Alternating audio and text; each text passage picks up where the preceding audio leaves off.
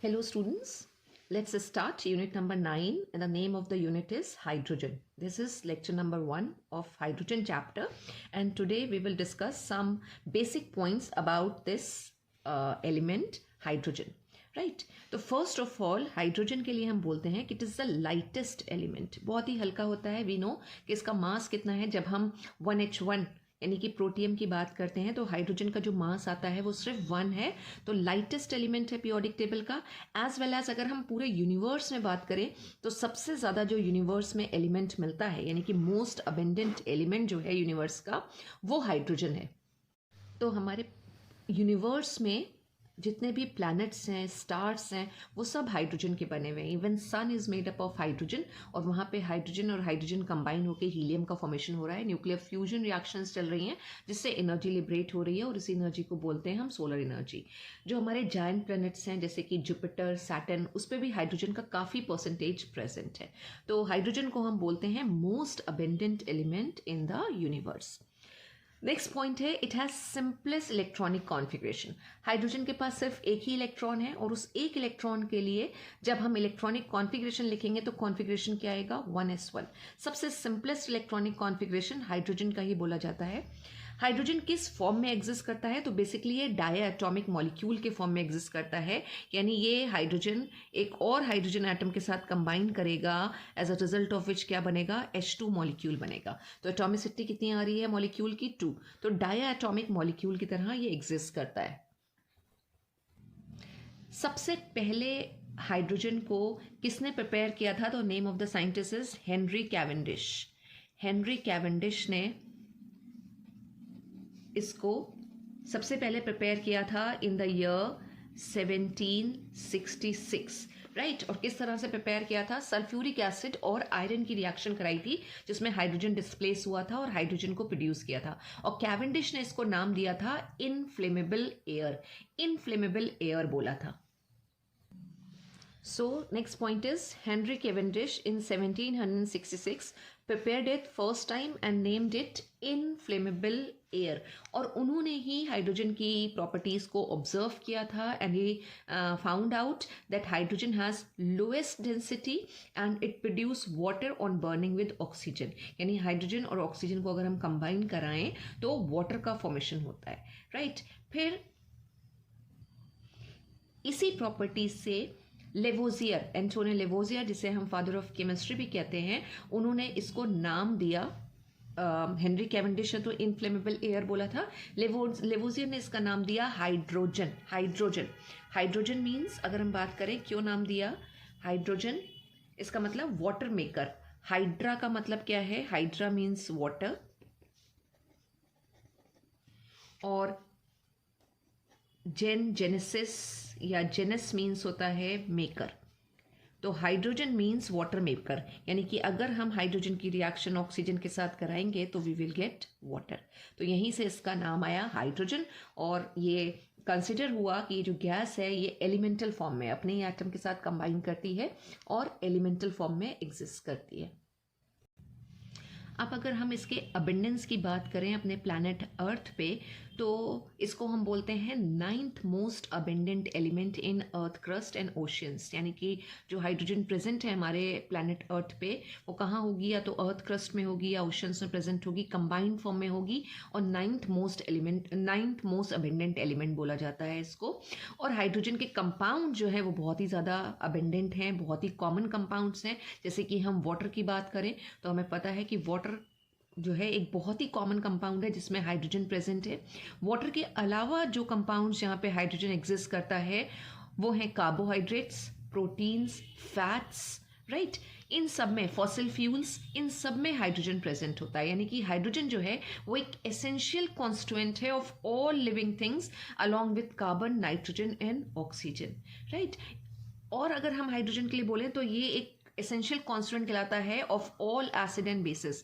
अगर हम एसिड्स को देखें तो उसमें भी H प्रेजेंट होता है. और अगर हम बेसिस की बात करें तो बेसिस में हाइड्रोक्सिल ग्रुप प्रेजेंट होता है. Hydroxyl group means OH group, उसमें भी क्या आ रहा है, हाइड्रोजन आ रहा है. तो हाइड्रोजन जो है मेन कॉन्स्टिट्यूएंट है बहुत सारे कंपाउंड्स का, जो हम कहेंगे कि प्लांट्स में भी प्रेजेंट हैं, एनिमल्स में भी प्रेजेंट हैं. इसके अलावा एसिड्स, बेसिस और डिफरेंट ऑल अदर कंपाउंड्स जहाँ पे क्या आ रहा है, हमारा हाइड्रोजन प्रेजेंट है। तो हाइड्रोजन जो है अगर हम देखें तो काफ़ी सारे कंपाउंड्स का फॉर्मेशन करता है। Next topic is isotopes of hydrogen. Hydrogen has 3 isotopes, 1H1 which is called protium.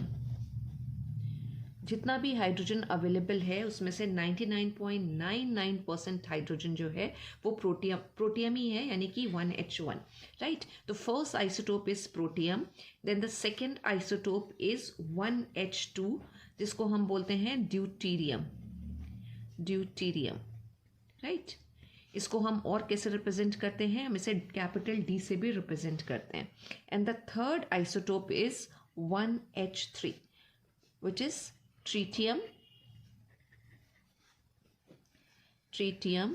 and it is represented by capital T. तीनों आइसोटोप्स एक दूसरे से किस प्रॉपर्टी में डिफर करते हैं, तो तीनों आइसोटोप्स में नंबर ऑफ न्यूट्रॉन्स डिफरेंट होंगे. यानी अगर हम 1H1 में बात करें तो जो नंबर ऑफ न्यूट्रॉन्स आएंगे, न्यूट्रॉन्स हम कैसे निकालते हैं, atomic mass minus atomic number, तो न्यूट्रॉन इसमें कितने हैं, 0. और ड्यूटीरियम में जब हम न्यूट्रॉन की बात करते हैं तो 2-1 यानी कि 1 न्यूट्रॉन होंगे. और ट्रीटियम में कितने न्यूट्रॉन्स हो जाएंगे, नंबर ऑफ न्यूट्रॉन्स होंगे 2, यानी 3-1 जो हो जाएगा वो हो जाएगा 2. तो तीनों जो आइसोटोप्स हैं उसमें नंबर ऑफ न्यूट्रॉन्स डिफर करते हैं. I hope you know the meaning of isotopes. Isotopes हम किसको बोलते हैं, सेम एलिमेंट के जो अलग अलग एटम्स होंगे, यानी atoms of the same element having same atomic number but different atomic masses, they are called isotopes. तो यहाँ पे भी क्या हो रहा है, सेम एलिमेंट है, हाइड्रोजन है, उसका एटॉमिक नंबर भी सेम है. अगर एलिमेंट हाइड्रोजन है तो एटॉमिक नंबर 1 ही होगा, ये 1 आ रहा है. लेकिन मासेस क्या है, मासेस डिफर कर रहे हैं. और मासेस क्यों डिफर कर रहे हैं, क्योंकि इनके न्यूक्लियस में नंबर ऑफ न्यूट्रॉन जो हैं वो वेरी कर जाते हैं या डिफर कर जाते हैं. प्रोटियम में हमें 0 न्यूट्रॉन्स मिलते हैं, और प्रोटियम या 1H1 हाइड्रोजन जो है वो पीरियोडिक टेबल का एक ऐसा एलिमेंट है जिसमें कोई भी न्यूट्रॉन नहीं मिलेगा, राइट. बाकी सारे के सारे एलिमेंट्स में न्यूट्रॉन एग्जिस्ट करते हैं, लेकिन 1H1 में हमें कोई भी न्यूट्रॉन देखने को नहीं मिलेगा. और सेकेंड जो आइसोटोप है ड्यूटीरियम, जिसको हम कैपिटल डी से भी रिप्रेजेंट कर रहे हैं, ये बेसिकली मिलता है जब हम ऑर्डिनरी वाटर जो हमारा है उसी के अंदर माइन्यूट अमाउंट में हेवी वाटर प्रेजेंट होता है, जिसको हम D2O भी बोलते हैं, राइट. तो उस D2O की, heavy water is also called, heavy water का जो फॉर्मूला है वो है D2O, राइट. इसी D2O की जब हम इलेक्ट्रोलिसिस करते हैं तो हमें मिलता है ड्यूटीरियम या फिर D, राइट. तो हेवी वाटर की इलेक्ट्रोलिसिस से हमें ड्यूटीरियम मिलता है. तो ये जब हम हेवी वाटर की इलेक्ट्रोलिसिस करेंगे, इसको हम बैलेंस करके लिखें, बिल्कुल जैसे ही हम हम जैसे वाटर की इलेक्ट्रोलिसिस करते हैं तो हमें हाइड्रोजन मिलता है. जब हम हेवी वाटर की इलेक्ट्रोलिसिस करेंगे तो हमें ये हेवी हाइड्रोजन मिलेगा या ड्यूटीरियम मिलेगा, ठीक है. हेवी हाइड्रोजन या ड्यूटीरियम मिल रहा है. और जो थर्ड आइसोटोप है ट्रीटियम, वो रेडियो एक्टिव आइसोटोप कहलाता है.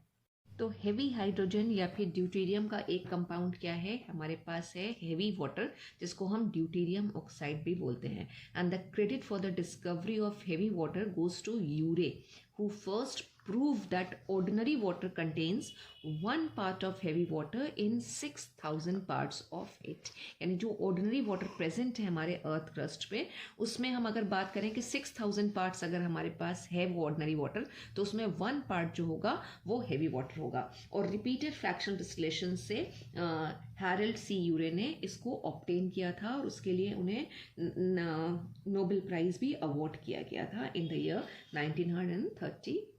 So this is about isotopes of hydrogen. Thank you so much, students.